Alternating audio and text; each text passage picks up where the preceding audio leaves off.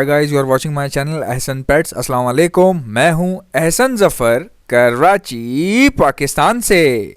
तो गाइस, आज मैं आप लोगों को बताऊंगा कि क्या 2022 में बजीज़ का कारोबार हमें करना चाहिए, क्या हमें ब्रीडिंग करनी चाहिए या फिर बजीज़ बेचते वक्त हमें 2022 में फ़ायदा होगा या नहीं। ये सारी बातें मैं आपको इस वीडियो में बताऊंगा और इसमें बहुत अहम मालूमात है। ये नहीं कि मैं खाली बजीज़ के बारे में बात कर रहा हूँ, मैं आपको बाकी बर्ड्स के बारे में भी एक ओवरव्यू दे दूँगा। अच्छा देखें, बात यह है कि बहुत ये जो बजीज़ हैं, पहले ये बता दूं कि 2022 में इनका कारोबार कैसा होगा। भाई, बजीज़ का कारोबार 2022 में वैसा ही होगा जैसा 2010 में था, जैसा 2000 में था, जैसा 1990 में था। क्योंकि बजीज़ जो है ना, ये ऑल ओवर दी वर्ल्ड इनकी डिमांड है और ये बहुत तेज़ी से कंज्यूम हो जाते हैं। कंज्यूम होने से मुराद ये बहुत तेज़ी से सेल हो जाते हैं। ये बहुत तेज़ी से लोग इसको परचेज़ कर लेते हैं। अब आप इस बात का अंदाज़ा लगा लें कि बजरी जो है, बजीज़ जो हैं, जाल वाला लेता ही जाता है।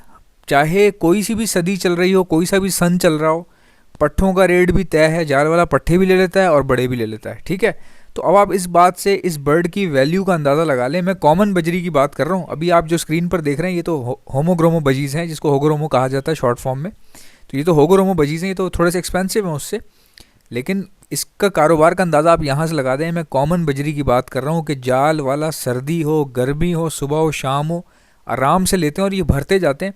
कई लोगों को तो समझ में नहीं आता कि ये जाते कहाँ इतने सारे बजीज़, यानी कि ये इतने लिए जा रहे हैं, इतने लिए जा रहे हैं। जाल वाला हर इतवार को आ जाता है लेने के लिए और इतना माल भरता है, और ये जाते कहाँ हैं समझ में ही नहीं आ रही किसी को। तो इतनी इनकी डिमांड है, ये एक्सपोर्ट हो जाते हैं। एक्सपोर्ट ना भी हो तो कंट्री के अंदर, यानी पाकिस्तान के अंदर अंदर एक्सपोर्ट हो जाते हैं। और ऐसा सिर्फ पाकिस्तान में नहीं है, इंडिया में भी है, बांग्लादेश में भी है, सऊदीया में भी, हर जगह। सऊदीया में तो खैर ब्रीडिंग बहुत कम होती है। सऊदीया जो है बेसिकली इंपोर्ट करता है पाकिस्तान से, इंडिया से, यहाँ से इंपोर्ट करता है बजीज़ को। तो बहुत सारी कंट्रीज़ ऐसी हैं जहाँ पे जगह कम है, तो लोग जो है ब्रीडिंग नहीं करवा पाते। तो वो क्या करते हैं कि अपने शौक़ के लिए दो दो तीन तीन बर्ड ख़रीदते हैं, चार पांच पेयर ले लेते हैं। तो ऐसे बहुत सारे कंट्रीज़ हैं जिनको ज़रूरत पड़ती है बजीज़ की। फिर दूसरा ये कि ज़ाहिर है मरते भी हैं ये, तो बड़ी बड़ी ज़बरदस्त एक कारोबार है इसका। और दूसरा मैं आपको बताता हूँ कि अगर इनको कंपेयर करवाया जाए किसी दूसरे परिंदे की बनिस्बत, तो सबसे ज़्यादा जो परिंदा इस वक्त मुनाफा बख्श है वो है बजीज़। वो ऐसे कि कई लोग जो हैं वो अपने ये जो लव बर्ड के सेटअप हैं, ओपलाइन, लव बर्ड, डन फैलो, ये वो कई लोग मैंने ऐसे देखे हैं, ओपलाइंस रखे हुए उन्होंने, यानी कि फ़िशर वगैरह रखे हुए हैं। तो वो ख़त्म कर रहे हैं अपना सेटअप। क्यों ख़त्म कर रहे हैं? क्योंकि उसमें इतना फ्रॉड हो रहा है, इतना फ्रॉड हो रहा है कि हर दूसरा तीसरा पीस जो है ना डिफेक्टेड निकल रहा है। कोई ना कोई मसले हो रहे हैं, झगड़े हो रहे हैं लोगों के। मैंने खुद फेसबुक पर देखा है लोगों को लड़ते हुए कि इसने मुझे ख़राब बर्ड दे दिया, इसने मुझे ख़राब बर्ड दे दिया, या इसने मेरे से पैसे ज़्यादा ले लिया, यूँ कर दिया। तो इतने महंगे बर्ड में बहुत ज़्यादा धोखेबाजी हो रही है, बहुत प्रॉब्लम्स आ रही हैं।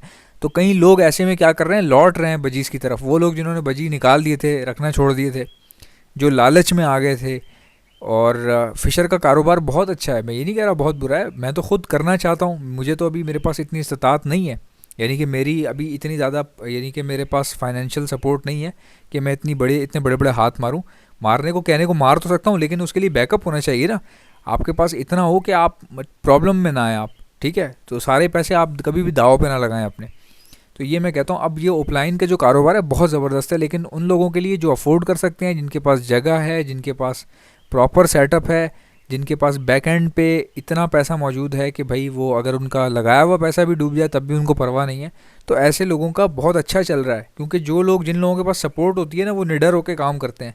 याद रखें, जो बंदा बर्ड में निडर होकर काम करता है ना, जिसके पास सपोर्ट होती है फाइनेंशियल, वो बंदा ज़्यादा तरक्की करता है बर्ड में। ये आप बात मान लें मेरी।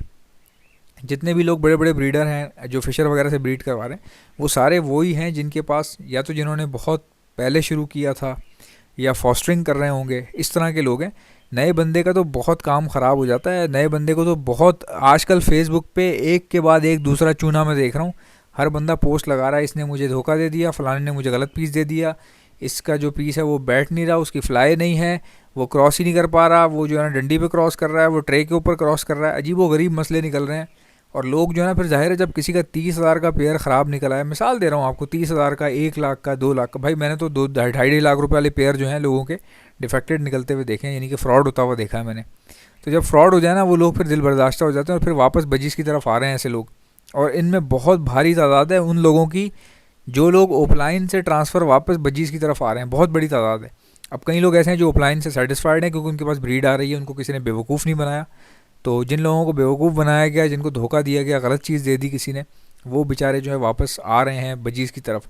तो बजीज़ की बहुत बड़ी मार्केट है और बजीज़ का दोबारा ट्रेंड शुरू हो गया है।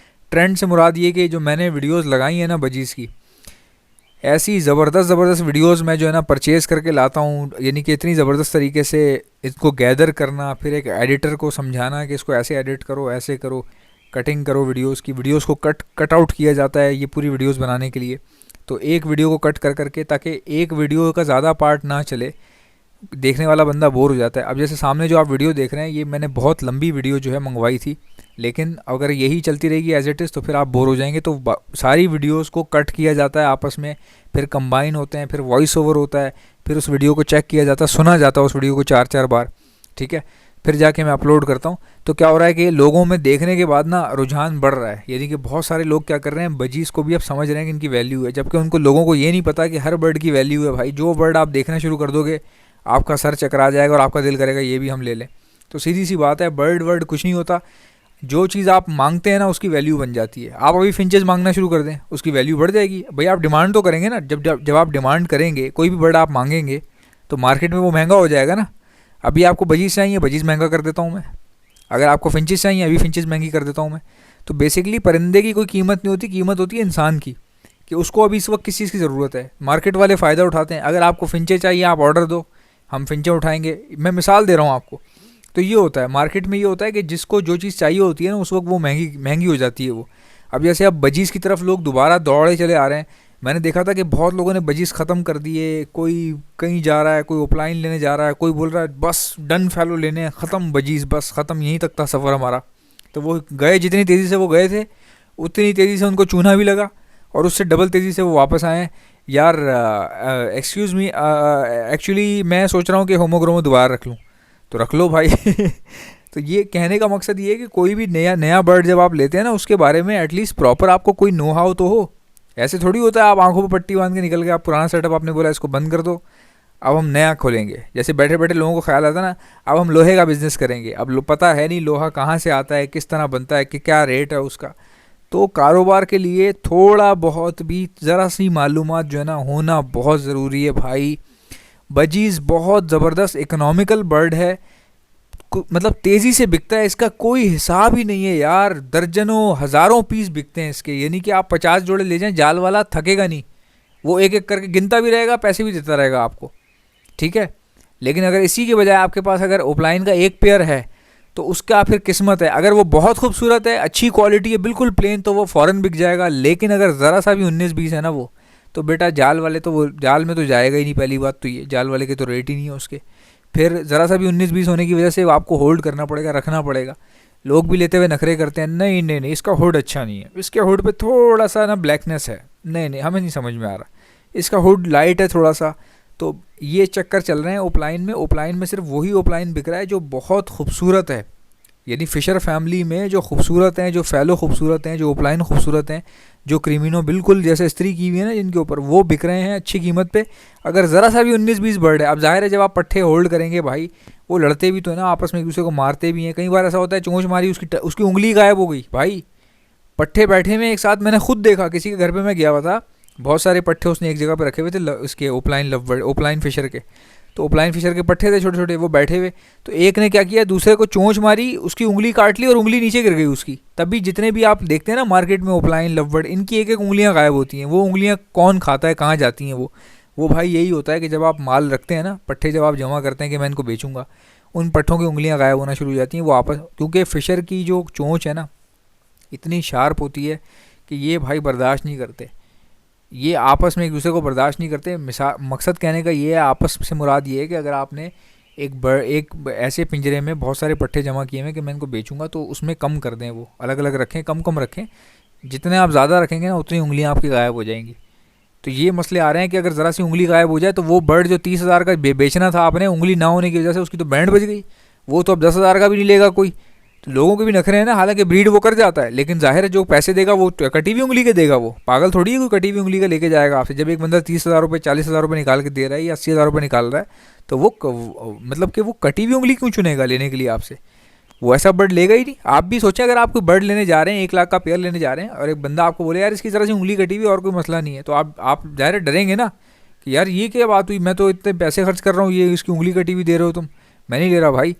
तो ये चीज़ें आ रही हैं, जबकि बजरी में कोई हिसाब किताब नहीं है। आप पट्ठे उठाओ, पटक दो, धड़म करके साइड पे डाल दो, दराज में डाल दो, जाके दे आओ उसको, बंदे को दे आओ, जाल वाले को, फौरी तौर पे नकद पैसे उसी वक्त खड़े खड़े। और उस दूसरा ये कि परवाह नहीं है, एक तो पीस बहुत ज़्यादा होते हैं, कोई एक आध पीस उड़ गया, मर गया, लड़ गया, कुछ भी हो गया तो उसमें नुकसान कम है, ठीक है ना, नुकसान कम है। तो ये बहुत, यानी कि यार मैं आपको किस तरह इसकी वैल्यू का अंदाज़ा, मतलब किस तरह समझाऊँ मैं आपको। कई लोगों को मैंने देखा बड़ा अंडर एस्टिमेट करते हैं, यार बजरी कौन रखता है यार, तो उनको बाद में फिर रो भी रहे होते हैं वो लोग। तो मैं तो भाई, मैंने शुरू से हमेशा, मैं हालांकि मुझे कॉकटेल का मैं कारोबार करता हूँ बहुत ज़्यादा हाई लेवल पे, कॉकटेल को बहुत अच्छे से मैं समझता हूँ, यानी मेरी जो पहली प्रायोरिटी है वो कॉकटेल है। लेकिन फिर भी मैंने हमेशा, जब से आप मेरी शुरू से वीडियो देख लें, बजीज़ को मैंने कभी अंडर एस्टिमेट नहीं किया, क्योंकि ये वो बर्ड है जो मार्केट को चलाता भी यही है, उठाता भी यही है, और इसी के रेट की वजह से मार्केटें कई बार गिरती भी हैं नीचे, बाकी बर्ड्स की मार्केट गिरती भी हैं। आई होप कि मेरी वीडियो आपको अच्छी लगी होगी। अगर आपको अच्छी लगी है तो लाइक कर दीजिएगा, अगर आप मेरे चैनल पर नए हैं तो सब्सक्राइब कर लेना यार, कोई इतनी बड़ी आफत नहीं आ जाएगी, कर लिया करो, मुझे खुशी होती है। आपसे मुलाकात होगी इंशाल्लाह नेक्स्ट वीडियो में। अल्लाह हाफ़िज़।